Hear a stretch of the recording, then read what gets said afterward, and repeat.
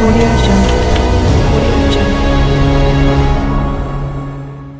లూకా సువార్త 21వ అధ్యాయము 1వ వచనం నుండి. కానుక పెట్టెలో తమ కానుకలను వేయుచున్న ధనవంతులను ఆయన పారజూచెను. ఒక బీద విధవరాలు 2 కాసులు అందులో వేయుచుండగా చూచి, ఈ బీద విధవరాలు అందరికంటే ఎక్కువ వేసినని మీతో నిజముగా చెప్పుచున్నాను. వారందరూ తమకు కలిగిన సమృద్ధిలో నుండి కానుకలు వేసిరి కాని ఈమె తన లేమిలో తనకు కలిగిన జీవమంతయు వేసినని వారితో చెప్పెను. కొందరు ఇది అందమైన రాళ్లతోనూ అర్పితములతోనూ శృంగారింపబడి ఉన్నదని దేవాలయమును గూర్చి మాటలాడుచుండగా ఆయన, ఈ కట్టడములు మీరు చూచుచున్నారే, వాటిలో రాతి మీద రాయి ఉండకుండా అవి పడిద్రోయబడు దినములు వచ్చుచున్నవని చెప్పెను. అప్పుడు వారు, బోధకుడా, అలాగైతే ఇవి ఎప్పుడు జరుగును? ఇవి జరగబోవునని సూచన ఏమని ఆయన అడుగగా ఆయన, మీరు మోసపోకుండా చూచుకొనుడి. అనేకులు నా పేరిట వచ్చి నేనే ఆయననియు కాలము సమీపించిననియు చెప్పుదురు. మీరు వారి వెంబడి పోకుడి. మీరు యుద్ధములను గూర్చియు కలహములను గూర్చియు వినినప్పుడు జడయికుడి. ఇవి మొదట జరగవలసి ఉన్నవి కాని అంతము వెంటనే రాదని చెప్పెను. మరియు ఆయన వారితో ఇట్లనెను, జనము మీదికి జనమును, రాజ్యము మీదికి రాజ్యమును లేచును. అక్కడక్కడ గొప్ప భూకంపములు కలుగును, తెగులును కరువులను తటస్థించును. ఆకాశం నుండి మహా భయోత్పాతములను గొప్ప సూచనలను పుట్టును. ఇవన్నీ జరగక మునుపు వారు మిమ్మును బలాత్కారముగా పట్టి నా నామం నిమిత్తము మిమ్మును రాజుల యొద్దకును అధిపతుల యొద్దకును తీసుకుని పోయి సమాజ మందిరములకును చెరసాలలకును అప్పగించి హింసింతురు. ఇది సాక్షార్థమై మీకు సంభవించును. కాబట్టి మేమేమి సమాధానము చెప్పుదుమా అని ముందుగా చింతింపకుందుమని మీ మనసులో నిశ్చయించుకునుడి. మీ విరోధులందరూ ఎదురాడుటకును కాదనుటకును వీలుకాని వాక్కును జ్ఞానమును నేను మీకు అనుగ్రహింతును. తల్లిదండ్రుల చేతను, సహోదరుల చేతను, బంధువుల చేతను, స్నేహితుల చేతను మీరు అప్పగింపబడుదురు. వారు మీలో కొందరిని చంపింతురు. నా నామము నిమిత్తము మీరు మనుషులందరి చేత ద్వేషింపబడుదురు. కాని మీ తల వెంట్రుకలలో ఒకటైనను నశింపదు. మీరు మీ ఓర్పు చేత మీ ప్రాణములను దక్కించుకొందురు. యెరూషలేము తండ్ల చేత చుట్టబడుట మీరు చూచినప్పుడు దాని నాశనము సమీపమై ఉన్నదని తెలుసుకొనుడి. అప్పుడు యూదయలో ఉండువారు కొండలకు పారిపోవలెను, దాని మధ్య నుండి వారు వెలుపలికి పోవలెను. పల్లెటూళ్లలోని వారు దానిలో ప్రవేశింపకూడదు. లేఖనములలో వ్రాయబడినవన్నీ నెరవేరుటకై అవి ప్రతిదండన దినములు. ఆ దినములలో గర్భిణీలకును పాలిచ్చు వారికి శ్రమ, భూమి మీద మిక్కిలి ఇబ్బందియు, ఈ ప్రజల మీద కోపమును వచ్చెను. వారు కత్తివాత కూలుదురు. చెరపట్టబడిన వారై సమస్తమైన అన్ని జనుల మధ్యకు పోవుదురు. అన్ని జనముల కాలములు సంపూర్ణమగు వరకు యెరూషలేము అన్ని జనముల చేత త్రొక్కబడును. మరియు సూర్యచంద్ర నక్షత్రములలో సూచనలను భూమి మీద సముద్ర తరంగముల ఘోష వలన కలవరపడిన జనములకు శ్రమయు కలుగును. ఆకాశమందలి శక్తులు కదిలింపబడును. కనుక లోకము మీదికి రాబోచున్న వాటి విషయమై భయము కలిగి మనుషులు ఎదురు చూచుచు ధైర్యము చెడిపోలుదురు. అప్పుడు మనుష్య కుమారుడు ప్రభావంతోనూ మహామహిమతోనూ మేఘారూఢుడై వచ్చుట చూతురు. ఇవి జరగనారంభించినప్పుడు మీరు ధైర్యము తెచ్చుకొని మీ తలలెత్తుకొనుడి, మీ విడుదల సమీపించుచున్నదనెను. మరియు ఆయన వారితో ఈ ఉపమానం చెప్పెను, అంజూరపు వృక్షమును సమస్త వృక్షములను చూడుడి. అవి చిగురించుట చూచి వసంతకాలం అప్పుడే సమీపమాయనని మీ అంతటి మీరు తెలుసుకొందురు కదా. అటువలే మీరు ఈ సంగతులు జరుగుట చూచినప్పుడు దేవుని రాజ్యము సమీపమాయనని తెలుసుకొనుడి. అవన్నీ జరుగు వరకు ఈ తరము గతింపదని నిశ్చయముగా మీతో చెప్పుచున్నాను. ఆకాశమును భూమియు గతించును కాని నా మాటలే మాత్రమును గతింపవు. మీ హృదయములు ఒకవేళ తిండి వలనను మత్తు వలనను ఐహిక విచారముల వలనను మందముగా ఉన్నందున ఆ దినము అకస్మాత్తుగా మీ మీదికి ఉరివచ్చినట్టు రాకుండా మీ విషయమై మీరు జాగ్రత్తగా ఉండుడి. ఆ దినము భూమి అన్నంతటా నివసించు వారందరి మీదికి అకస్మాత్తుగా వచ్చును. కాబట్టి మీరు జరగబో వీటి నెలను తప్పించుకొని మనుష్య కుమారుని ఎదుట నిలవబడుటకు శక్తిగల వారగునట్లు ఎల్లప్పుడూ ప్రార్థన చేయుచు మెలకువగా ఉండుడని చెప్పెను. ఆయన ప్రతిదినము పగటి యందు దేవాలయంలో బోధించుచు రాత్రి వేళ ఒలీవ కొండకు వెళ్ళుచు కాలము గడుపుచుండెను. ప్రజలందరూ ఆయన మాట వినుటకు దేవాలయంలో ఆయన యుద్ధకు పెందల కడవచ్చుచుండిరి. లూకా సువార్త 22వ అధ్యాయము 1వ వచనం నుండి.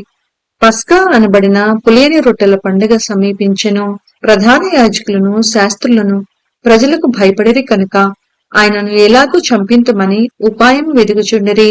అంతట 12 మంది శిష్యుల సంఖ్యలో చేరిన ఇస్కరియోతు అనబడిన యూదాలో సాతాను ప్రవేశించెను. కనుక వాడు వెళ్లి ఆయనను వారికి ఎలాగూ అప్పగింపవచ్చునో దానిని గూర్చి ప్రధాన యాజకులతోనూ అధిపతులతోనూ మాటలాడెను. అందుకు వారు సంతోషించి వానికి ద్రవ్యమియ సమ్మతించిరి. వాడు అందుకు ఒప్పుకుని జనసమూహము లేనప్పుడు ఆయనను వారికి అప్పగించుటకు తగిన సమయము వెతుకుచుండెను. పస్కా పశువును వధింపవలసిన పులియని రొట్టెల దినము రాగా యేసు పేతురును యోహానును చూచి, మీరు వెళ్లి మనము భుజించుటకై పస్కాను మన కొరకు సిద్ధపరచుడని వారిని పంపెను. వారు మేమెక్కడ సిద్ధపరచగోరుచున్నావని ఆయనను అడగగా ఆయన, ఇదిగో మీరు పట్టణంలో ప్రవేశించినప్పుడు నీళ్లకుండా మోసుకొని పోవచ్చున్న ఒకడు మీకు ఎదురుగా వచ్చును. అతడు ప్రవేశించి ఇంటిలోనికి అతని వెంట వెళ్లి, నేను నా శిష్యులతో కూడా పస్కాను భుజించుటకు విడిది గది ఎక్కడనని బోధకుడు నిన్ను అడుగుచున్నాడని ఇంటి యజమానితో చెప్పుడి. అతడి సామగ్రికుల యొక్క గొప్ప మేడగది మీకు చూపించెను. అక్కడ సిద్ధపరచుడని వారితో చెప్పెను. వారు వెళ్లి ఆయన తమతో చెప్పినట్టు కనుగొని పస్కాను సిద్ధపరిచిరి. ఆ గడియ వచ్చినప్పుడు ఆయనయు ఆయనతో కూడా అపోస్తులను పంక్తిని కూర్చుండిరి. అప్పుడు ఆయన, నేను శ్రమ పడక మునుపు మీతో కూడా ఈ పస్కాను భుజింపవలనని మిక్కిలి ఆశపడితిని.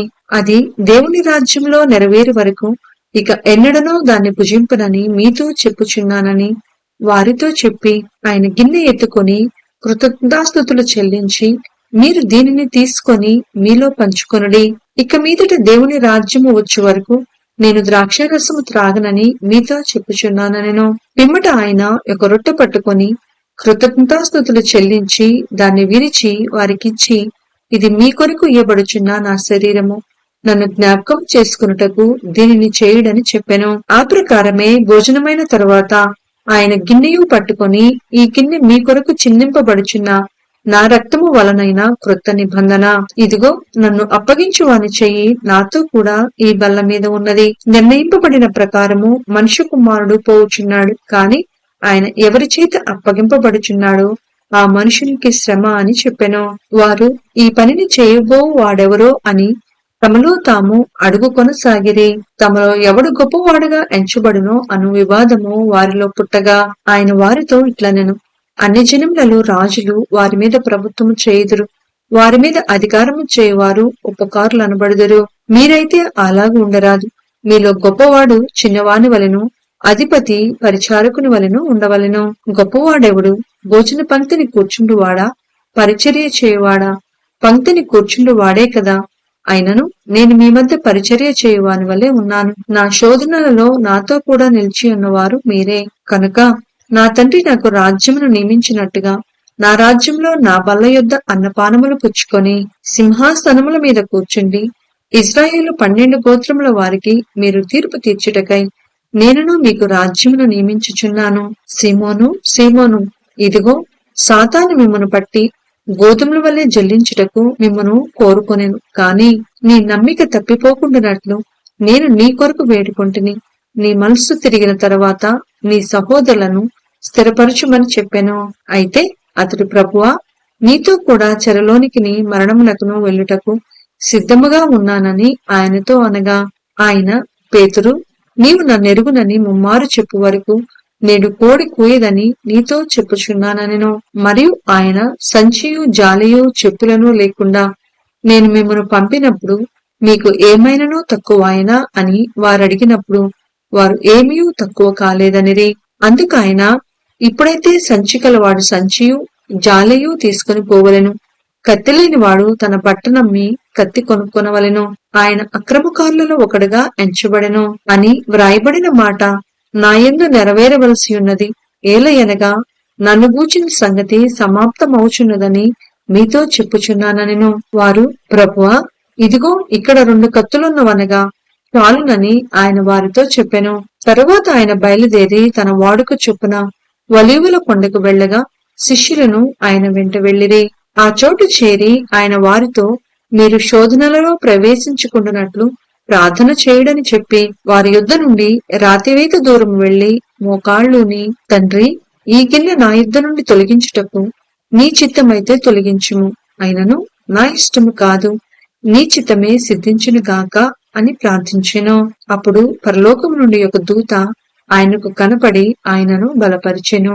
ఆయన వేదన పడి మరింత ఆతురముగా ప్రార్థన చేయగా ఆయన చెమట నేలపడుచున్న గొప్ప రక్త బిందువు వలె ఆయన ప్రార్థన చాలించి లేచి తన శిష్యుల యొద్దకు వచ్చి వారు దుఃఖము చేత నిద్రించుట చూచి, మీరెందుకు నిద్రించుచున్నారు? శోధనలో ప్రవేశించుకుంటున్నట్లు లేచి ప్రార్థన చేయడని వారితో చెప్పెను. ఆయన ఇంకనూ మాట్లాడుచుండగా ఇదిగో జనులు గుంపుగా వచ్చిరి. 12 మందిలో యూదా అనబడిన వాడు వారికంటే ముందుగా నడిచి యేసును ముద్దు పెట్టుకొనుటకు ఆయన యొద్దకు రాగా, యేసు, యూదా, నీవు ముద్దు పెట్టుకొని మనిషి కుమార్ని అప్పగించుచున్నావా అని వానితో అనగా, ఆయన చుట్టూ ఉన్నవారు జరగబోవు దానిని చూచి, ప్రభువా, కత్తితో నరుకుదుమా అని ఆయనను అడిగిరి. అంతలో వారిలో ఒకడు ప్రధాన యాజకుని దాసును కొట్టి వాని కుడి చెవి తెగ నరికెను. అయితే యేసు ఈ మట్టుకు తాళుడని చెప్పి వాని చెవి ముట్టి బాగు చేసెను. యేసు తన్ను పట్టుకుని వచ్చిన ప్రధాన యాజకులతోనూ దేవాలయపు అధిపతులతోనూ పెద్దలతోనూ మీరు బందిపోటు దొంగ మీదికి వచ్చినట్టు కత్తులతోనూ గుదిలతోనూ బయలుదేరి వచ్చితిరా? నేను అనుదినము మీ చెంత దేవాలయంలో ఉన్నప్పుడు మీరు నన్ను పట్టుకొనలేదు. అయితే ఇది మీ గడియయు అంధకార సంబంధమైన అధికారమును అనెను. వారు ఆయనను పట్టి ఈడ్చుకుని పోయి ప్రధాన యాజకుని ఇంటిలోనికి తీసుకుని పోయిరి.